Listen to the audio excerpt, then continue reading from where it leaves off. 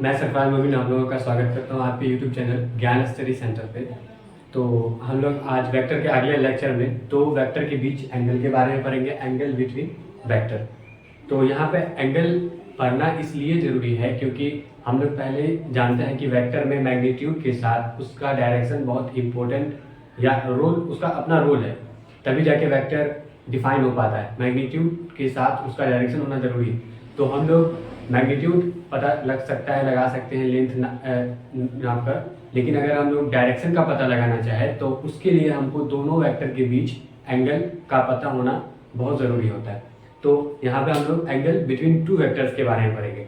तो एंगल, जब दो वेक्टर के बीच में एंगल का कैसे पता करते हैं, कैसे हम लोग पता लगाते हैं कि दो वेक्टर के बीच में एंगल कैसे है, तो उसका रिप्रेजेंटेशन भी ज़रूरी है।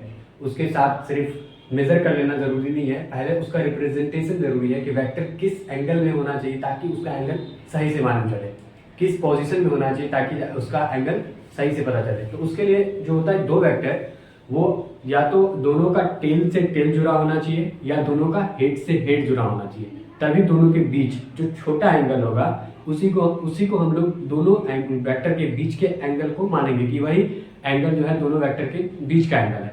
तो यहाँ पे साफ साफ लिखा हुआ है कि angle between two vector is smaller angle, छोटा एंगल होना चाहिए, smaller angle of two angle. दो एंगल बनेगा, जैसे कि अगर हम मान लें कि दो वेक्टर है अपने पास, एक वेक्टर ए है और एक वेक्टर बी है, और दोनों को अगर हम जोड़े तो यहाँ पे दो एंगल देखने को मिलेगा। इस एंगल को अगर मान ले अल्फा और इस एंगल को मान ले बीटा, तो यहाँ पे दो एंगल है। हमको साफ साफ देखने में लग रहा होगा कि अल्फा एंगल दोनों वेक्टर के बीच में छोटा एंगल लाई करता है, और जबकि बीटा है जो वेक्टर ए और वेक्टर के बी के बीच में बड़ा एंगल लाई करता है।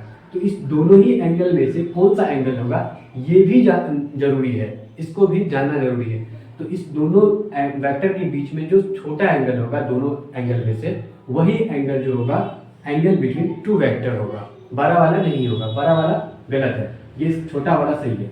तो angle between two vector is smaller angle, जो छोटा एंगल होगा दो एंगल में से of two angle when they are placed, दोनों प्लेस्ड होना चाहिए, दोनों रिप्रेजेंटेशन होना चाहिए अच्छे तरीके से।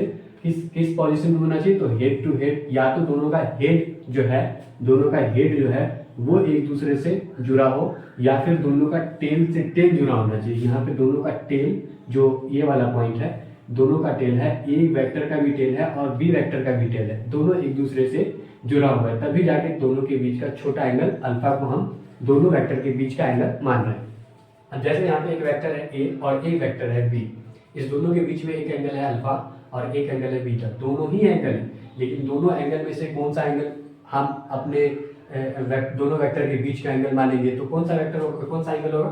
तो इस दोनों में से देखने में लग रहा है कि अच्छा ये अल्फा जो है ये छोटा है और जबकि बीटा बड़ा है, तो हम लोग इसमें दोनों एंगल के बीच का जो एंगल होगा, दोनों वेक्टर के बीच का जो एंगल होगा वो अल्फा होगा। तो यहाँ पे अल्फा को हम लोग एंगल लेकर चलेंगे, और इसके अगर हम दोनों के बीच का अगर एंगल अल्फा लेकर चलते हैं सिर्फ छोटा सा डेफिनेशन के हिसाब से, तो भी ये गलत हो जाएगा। क्यों? क्योंकि यहाँ पे इसका जो पोजीशन है ये गलत है, यहाँ पे जो दोनों प्लेस्ड है, दोनों वेक्टर जो रखा हुआ है वो गलत है। अब कैसे गलत है? इसका जो वेक्टर ए का हेड है वो वेक्टर बी के टेल से जुड़ा हुआ है, तो ऐसा तो बोला नहीं गया, बोला गया कि दोनों वेक्टर का या तो हेड टू हेड जुड़ा होना चाहिए या तो टेल टू टेल जुड़ा होना चाहिए। यहाँ पे दोनों में से कोई नहीं है, एक का हेड और एक का टेल जोड़ चुके हैं और दोनों के बीच में जो एंगल बन रहा है उसको हम ले रहे हैं, तो ऐसा नहीं होगा। यहाँ पे हमको इसके लिए हम लोग पढ़ चुके हैं पहले ही कि जो वेक्टर होता है उसको हम लोग पैरेलली शिफ्ट कर सकते हैं, मतलब जिस एंगल पे, जिस एक्सिस में वो वेक्टर झुका होगा उसको बिना उसको खराब किए उसको उसी पोजीशन में पैरेलली हम शिफ्ट कर सकते हैं। तो यहाँ पे अगर दोनों वेक्टर का टेल टू टेल जोड़ना है तो हम एक काम कर सकते हैं आराम से कि वेक्टर ए को पैरेलली शिफ्ट करके वेक्टर ए के टेल से जोड़ सकते हैं। यहाँ पे अगर इसको आगे बढ़ा दिया जाए, इसको आगे शिफ्ट कर दिया जाए, तो यहाँ पे वेक्टर ए का हेड आ जाएगा और यहाँ पे वेक्टर ए का टेल आ जाएगा। अब जो इस दोनों के बीच में जो एंगल बनेगा, कौन सा एंगल बनेगा, अब इसको हम भूल जाते हैं कि कोई वेक्टर था, इसको इसी वेक्टर को उठा के हम आगे लेके चले आए वेक्टर ए को, और इसका हेड यहाँ आ गया और इसका टेल यहाँ। अब जो ये प्लेस्ड है, ये दोनों वेक्टर ये सही प्लेस्ड है। अब इस दोनों वेक्टर के बीच में जो एंगल बनेगा, सपोज यहाँ पे अल्फा बना और यहाँ पर बीटा बना, तो इस दोनों में से कौन सा सही होगा, तो हम जान चुके हैं कि दोनों का जो रिप्रेजेंटेशन है वो सही है, एकदम बिल्कुल सही है। तो अब इस दोनों में से जो छोटा एंगल होगा वही एंगल इस दोनों वेक्टर के बीच का एंगल होगा। तो ये इजी था, आसान था, तो हम लोग समझ गए। अब जैसे कि वेक्टर ए और वेक्टर बी दोनों का अगर हम रिप्रेजेंटेशन देखें तो बिल्कुल सही है, दोनों का टेल एक दूसरे के टेल से जुड़ा हुआ है। तो इसमें जो छोटा एंगल होगा वही एंगल हमको कहाँ लेना है, इस दोनों के बीच का एंगल मानेंगे, दोनों वेक्टर के बीच का एंगल मानेंगे। अब यहाँ पर भरपूर क्वेश्चन देखने को मिलेगा आपको, जैसे कि find angle between A and B, vector A and vector B. तो यहाँ पे वेक्टर ए रखा हुआ है और वेक्टर बी रखा हुआ है, तो जिसका कंसेप्ट थोड़ा सा खराब रहेगा तो वो बोलेगा अरे दोनों वेक्टर के बीच में एंगल, ये तो कोई सवाल ही नहीं है। बोलेगा वेक्टर ए है और वेक्टर बी है, दोनों के बीच में एंगल 150 डिग्री का बनना है, आंसर बोल देगा। लेकिन क्या हो जाएगा वो गलत, क्योंकि रिप्रेजेंटेशन गलत है। यहाँ पे इसके प्लेस को सही करना है। यहाँ पे जो वेक्टर ए है उसका हेड और वेक्टर बी उसका टेल एक दूसरे से जुड़ा हुआ है, ऐसा नहीं बोला गया। बोला गया या तो हेड टू हेड होना चाहिए या तो टेल टू टेल होना चाहिए, यहाँ पे दोनों में से कोई नहीं है। तो अब इसको हम क्या कर सकते हैं, पैरेलली शिफ्ट कर सकते हैं। या तो वेक्टर बी को पीछे खींच के ले आओ या वेक्टर ए को आगे खींच कर लेके चले जाओ।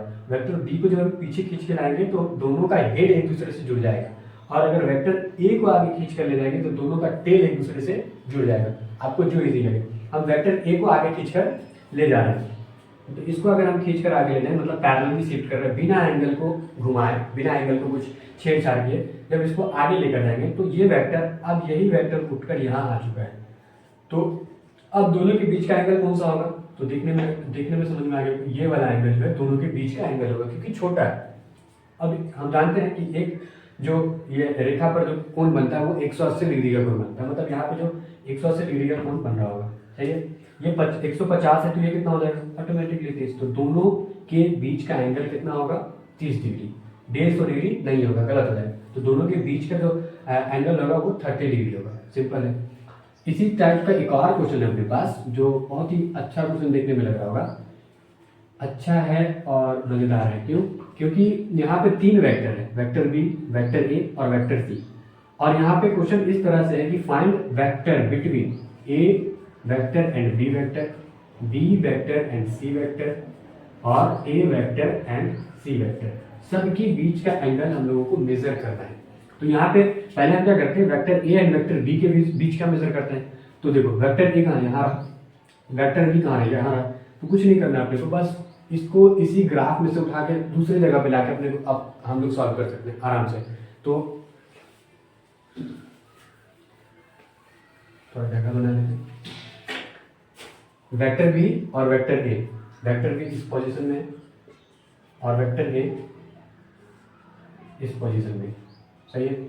और यहाँ पे जो एंगल बन रहा है इसके साथ वो 30 डिग्री का बन रहा है और इसके साथ वो 60 डिग्री का बन रहा है। अब दोनों के बीच का हमको एंगल बताना है, तो कैसे बताएंगे। अब इसका पहले तो हमको पोजीशन देखना है कि सही है कि नहीं। तो वेक्टर बी का हेड वेक्टर ए के टेल से जुड़ा हुआ, गलत है। तो अब हम इसको क्या कर सकते हैं, इसको आगे लेके जा सकते हैं, इसको आगे हम लोग शिफ्ट कर सकते हैं, आसानी से कर सकते हैं। तो इसको शिफ्ट आगे करेंगे तो शिफ्ट करते पैरेलली शिफ्ट करेंगे बिना कोई एंगल को हिलाए। जब इसको हम आगे शिफ्ट करेंगे तो ये वेक्टर बी यहाँ आ चुका है, तो इसके बीच में एंगल कितना बन रहा होगा इसको हमको मालूम करना है, इसको पता करना है। तो कैसे मालूम करेंगे, जब 30 डिग्री यहाँ पे है तो यहाँ पे कितना डिग्री होगा। तो हम अगर देखें तो इसको हम जैसे यहाँ से सीधा हम यहाँ लेकर आ गए तो ये वाला जो एंगल है 60 डिग्री, और तो ये वाला एंगल कितना होगा, ये भी एंगल होगा 60 डिग्री, ये भी एंगल कितना होगा 60 डिग्री। हम लोग एक क्वेश्चन करेंगे एंगल वाले में, जैसे कि यहाँ पे क्वेश्चन दिया हुआ है वेक्टर ए, वेक्टर बी और वेक्टर सी, और सब में एक्सिस में कुछ एंगल दिया गया। जैसे वेक्टर ए इस एक्सिस के साथ 30 डिग्री का एंगल बना रहा है, वेक्टर सी इस एक्सिस के साथ 45 डिग्री का एंगल बना रहा है, वेक्टर बी इस एक्सिस के साथ 60 डिग्री का एंगल बनाना है। अब सबके बीच का एंगल बताना है, जैसे कि क्वेश्चन है कि vector A and vector B के बीच का एंगल बताना है। वेक्टर ए किधर है, वेक्टर ए यहाँ रहा, वेक्टर बी यहाँ रहा। अब तुमको इस दोनों के बीच का एंगल बताना है, सॉरी वेक्टर ए ये रहा और वेक्टर बी ये रहा। अब इस दोनों के बीच का एंगल हमको बताना है कि कितना हो। तो यहाँ पे वेक्टर ए ये रहा, और दोनों का पोजीशन अगर देखें तो दोनों का पोजीशन ही गलत है। इसका वेक्टर बी का जो हेड है वो वेक्टर ए के टेल से जुड़ा हुआ है। पहले तो इसका पोजीशन हमको क्या करना है, सही करना है। तो इसको हम लोग आगे अगर हम क्या कर सकते हैं, शिफ्ट कर सकते हैं। जैसे कि हम जानते हैं कि वेक्टर को हम लोग पैरेलली शिफ्ट कर सकते हैं, इसको आगे शिफ्ट किया जा सकता है। तो इसको जब हम आगे शिफ्ट करेंगे तो यहाँ पे जो बनेगा वो कितने डिग्री का एंगल बनेगा, 60 डिग्री का। अपोजिट एंगल के कंसेप्ट से यहाँ पे 60 डिग्री का एंगल बनेगा। तो यहाँ पे 60 है तो ये कितना हो जाएगा, अब ये वाला जो वेक्टर है ये आगे आ चुका है, मतलब वेक्टर बी आगे आ चुका है, तो वेक्टर बी आगे आ चुका है, ये 60 डिग्री का एंगल हो चुका है अपोजिट एंगल से। तो अब यहाँ पे जो ये पूरा होगा वो एक 90 डिग्री बना रहा होगा, 60 ये अकेला तो ये कितना 30। तो वेक्टर ए और वेक्टर बी दोनों के बीच का एंगल कितना हो जाएगा, वो हो जाएगा 60। तो वेक्टर ए और वेक्टर बी के बीच का एंगल हो जाएगा 60 डिग्री। अब हमको दूसरा क्वेश्चन है कि वेक्टर बी और वेक्टर सी के बीच का एंगल बताना है। तो वेक्टर बी की तरह है, खोजो। वेक्टर बी ये रहा जो कि हम पैरेलली शिफ्ट आगे कर चुके हैं, और वेक्टर सी ये रहा जो पहले से ही है, और दोनों का टेल एक दूसरे से जुड़ा हुआ है पहले से। अब इस दोनों के बीच का जो एंगल बन रहा है, कौन सा एंगल बन रहा है, ये छोटा वाला एंगल बन रहा है। अब इसका एंगल बताना है, तो बड़ा वाला है 60, छोटा वाला है 45। 60 में से 45 घटाएंगे तो कितना बचेगा, 15। तो वेक्टर बी और वेक्टर सी के बीच का जो एंगल हो जाएगा वो 15 डिग्री का हो जाएगा। अब लास्ट है वेक्टर ए और सी के बीच, ये कहाँ, ये रहा वेक्टर ए, और वेक्टर सी कहाँ रहा, ये रहा।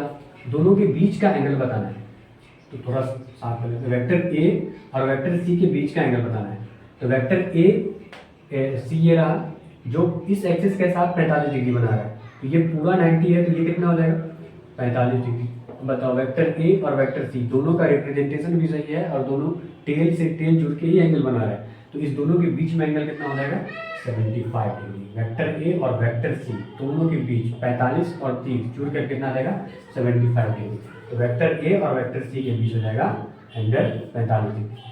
सिंपल है, सिर्फ एंगल बिटवीन टू वेक्टर के बीच में अगर हमको बताना हो, या दो से अधिक एंगल के बीच में बताना हो, तो हम पिछला कंसेप्ट याद रख सकते हैं कि दो वेक्टर, कोई भी वेक्टर किसी एक्सिस में जितने थीटा से झुका होता है उसको उसी थीटा से, मतलब बिना छेड़छाड़ किए, हम उस वेक्टर को क्या कर सकते हैं, पैरेलली शिफ्ट कर सकते हैं उसी प्लेन में।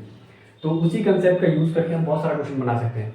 और उस एंगल बिटवीन जो टू वेक्टर होता है वो स्मॉलर एंगल जो बनेगा दोनों वेक्टर के बीच में, वही एंगल एप्लीकेबल होगा। और दोनों का प्लेस, दोनों का रिप्रेजेंटेशन भी सही होना चाहिए। दोनों एंगल या तो हेड टू हेड जुड़ा होना चाहिए या टेल टू टेल जुड़ा होना चाहिए। दोनों एंगल हेड टू हेड जुड़ा होना चाहिए या फिर टेल टू टेल जुड़ा होना चाहिए।